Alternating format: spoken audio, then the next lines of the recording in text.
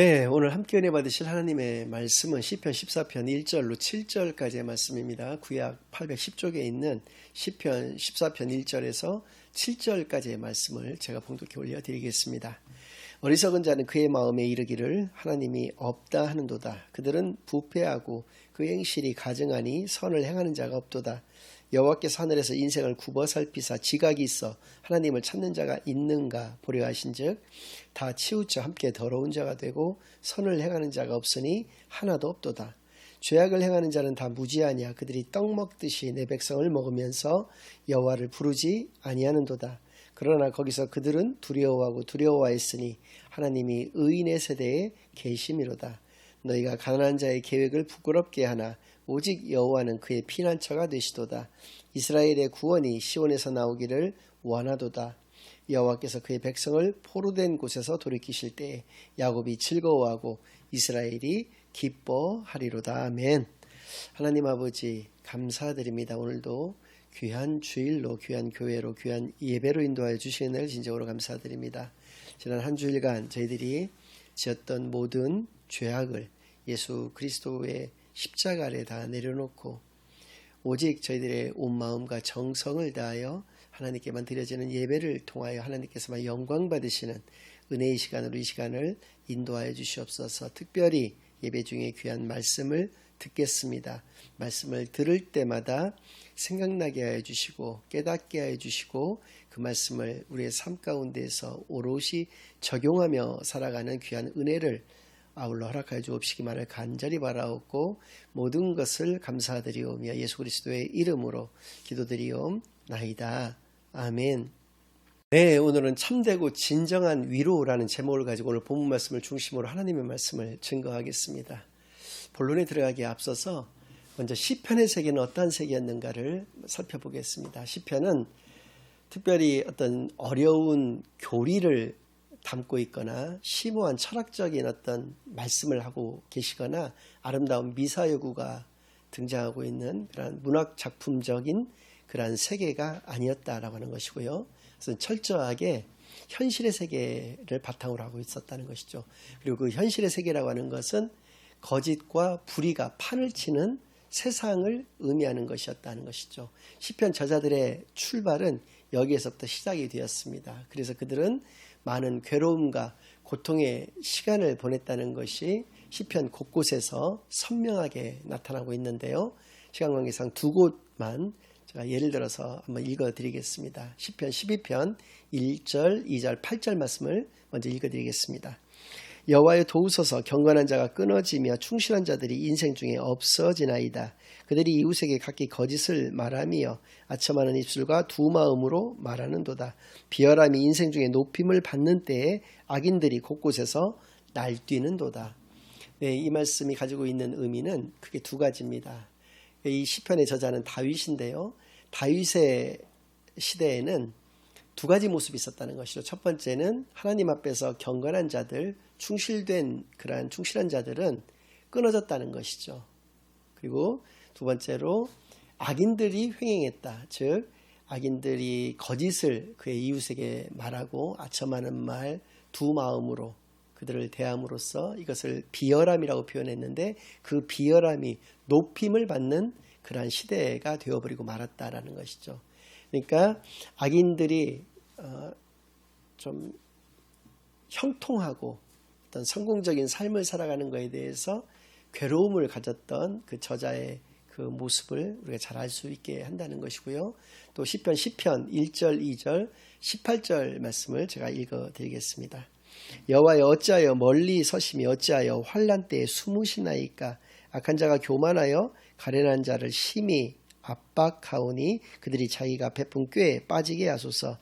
고아와 압제당하는 자를 위하여 심판하사 세상에 속한 자가 다시는 위협하지 못하게 하시리이다. 아멘. 그렇습니다.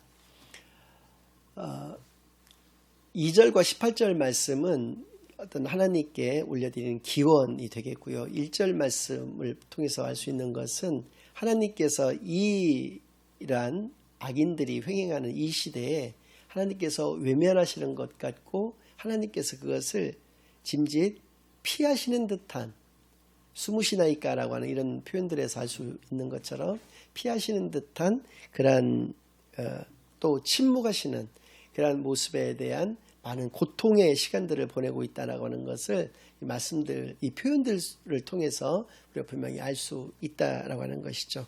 그래서 오늘은 시편 14편 이 말씀, 또 이 말씀에 대한 어떤 대략적인 강해를 통해서 우리 크리스찬들이 그럼 과연 하나님의 자녀라고 하는 우리들이 어떻게 신앙생활을 해나가야 할 것이고 어떻게 우리의 삶을 영위해 나가야 할 것인지에 대해서 생각해보는 그런 귀한 시간을 갖겠습니다. 먼저 1절 말씀 다시 한번 읽어드리겠습니다. 어리석은 자는 그의 마음에 이르기를 하나님이 없다 하는도다. 그들은 부패하고 그 행실이 가증하니 선을 행하는 자가 없도다. 네, 그렇습니다.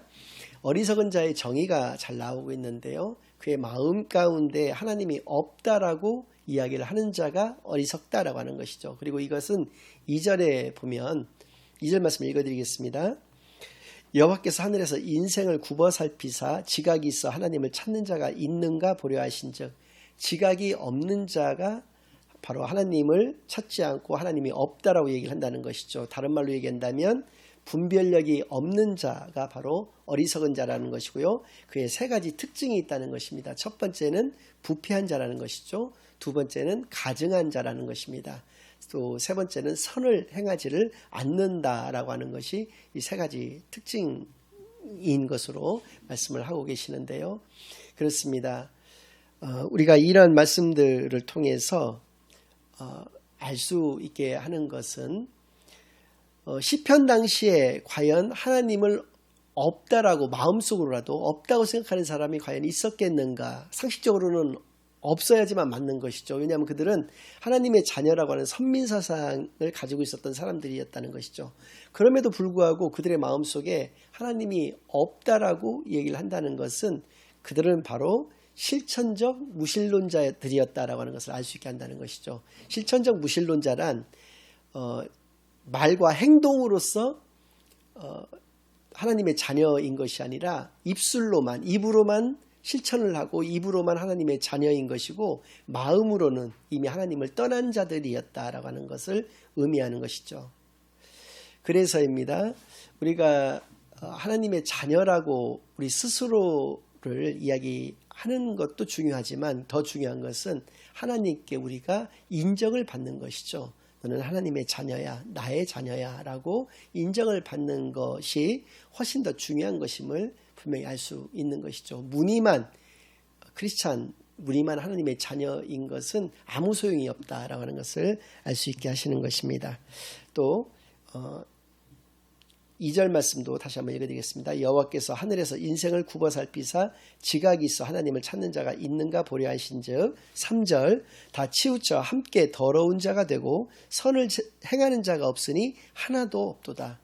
더러운 자가 되어버렸다라는 것이죠. 이 더러운 자라고 하는 이 개념은 그들이 그런 어떤 비열한 삶, 또 아주 부패한 어떤 삶, 가증한 행동을 하는 그런 사람들인 것을 이야기를 하고 계신 것이죠. 그것은 2절 말씀 가운데 그 답이 나오는데 그들이 하나님을 찾지 않았기 때문에 더러운 자가 되고 말았다라고 하는 것을 말씀하여 주시는 것입니다.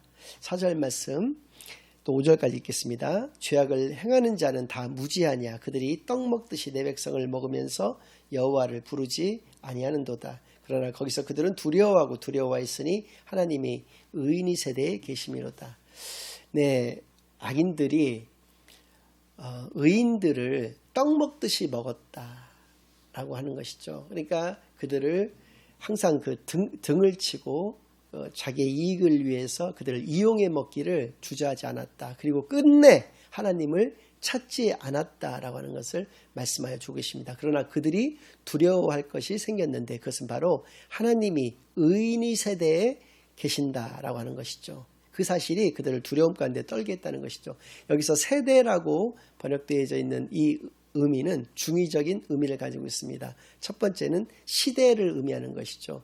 그러니까 하나님은 의인의 시대에 의인들과 함께 계신다라고 하는 것이고요. 두 번째 의미는 무리라고 하는 뜻도 가지고 있습니다. 그러니까 의인들과 의인들의 집단에 의인들만의 집단에 하나님께서 계신다는 것이죠. 그러니까 시간과 장소에 모두 의인들과 함께 계시는 하나님이신 것을 우리에게 분명히 말씀하여 주신다는 것이죠.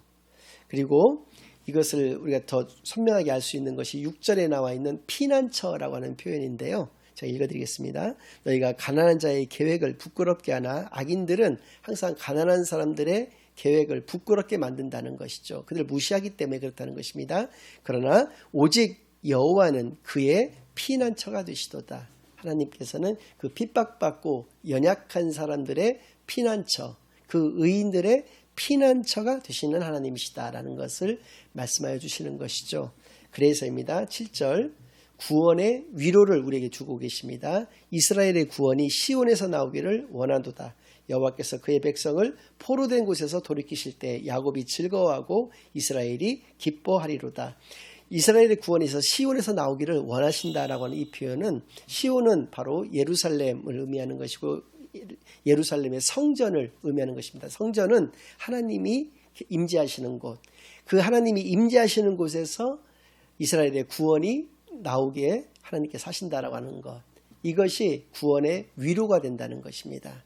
그러니까 하나님을 믿는 하나님의 자녀들은 현생에서 어떠한 삶을 살아가든지 간에 그거와 관계없이 하나님께서는 늘 그들 가운데 함께 계시고 그들과 함께 하신다라고 하는 것을 의미하는 그런 말씀이 되는 것이죠. 그러나 반대로 이것은 이제 하나님의 시각에서 우리가 바라봤을 때 그렇다는 것이고요. 반대로 악인들은 왜 그러면 하나님을 찾지 않고 하나님이 없다라고 그의 마음 가운데 그렇게 그러한 삶을 살아가고 그러한 행동을 하는가? 그것은 바로 눈앞에 이익을 쫓는 그러한 삶을 살아가기 때문이다라고 하는 것을 우리가 분명히 알 수가 있습니다. 그래서 그것을 깨닫지 못한다라고 하는 것이죠. 그런 깨닫지 못하는 그러한 어리석은 자들이기 때문에 그들은 구원받지 못하고 영원한 멸망 가운데 처할 수밖에 없는 것을 분명히 말씀하여 주십니다. 그래서입니다. 시편 129편 6절에서는 악인들을 이렇게 묘사를 하고 있는데요. 제가 읽어드리겠습니다. 그들은 지붕의 풀과 같을지어다. 그것은 자라기 전에 마르는 것이다. 지붕의 풀에 두 가지 의미가 있습니다. 지금 말씀 가운데 보니까 첫 번째로는 아무도 그것에 관심을 두지 않는다는 것이죠. 그러니까 사람들도 관심을 가지고 있지 않지만 특별히 하나님께서 그것에는 지붕의 풀에 대해서 누가 관심을 가지겠습니까? 아무 쓸데기 없는 것이라는 것이죠. 그리고 두 번째로는 항상 그 지붕에 햇빛에 노출되어 있기 때문에 자라기 전에 무조건 다 말라 비틀어져 버린다는 것이죠. 말라서 영원한 죽음 가운데로 영원한 멸망 가운데 처할 수밖에 없는 것이 지붕의 풀의 운명인데 그것이 악인들의 운명과 똑같다라고 하는 것을 말씀하여 주신 것입니다. 다만 우리가 그것을 또 혹은 그들이 그것을 보지 못하고 깨닫지 못할 뿐인 것을 이야기를 하고 있는 것이죠. 그래서 어리석다라고 하는 표현을 쓰신 것입니다. 결론을 말씀을 드릴 것을 시편 11편 1절, 3절, 7절 말씀으로 드리고자 합니다. 내가 여호와께 피하였거늘 너희가 내 영혼에게 새같이 내 산으로 도망하라 함은 어찌함인가. 지금 2절 말씀을 먼저 읽어드렸는데요. 내가 하나님이 나의 유일한 도피처고 나의 유일한 위로자가 되시기 때문에 이미 나는 하나님께 가서 피하고 있는데 나보고 내가 무슨 새도 아닌데 산으로 이렇게 도망가라 한다라고 하는 것이 무슨 말이냐라는 것이죠. 그래서 3절은 터가 무너지면 의인이 무엇을 하랴. 나의 터는 견고한 하나님의 그 나라의 터를 지금 세워놨는데 이것이 무너진다면 의인이 갈 곳이 어디 있겠고 의인이 할 것이 무엇이 있겠는가. 터가 무너진다는 것은 나의 죽음과도 같은 것이다. 그리고 그런 일이라는 것은 있을 수가 없다라고 하는 것을 얘기하는 것이죠. 그래서 7절에서는 여호와는 의로우사 의로운 일을 좋아하시나니 정직한 자는 그의 얼굴을 배우리오다.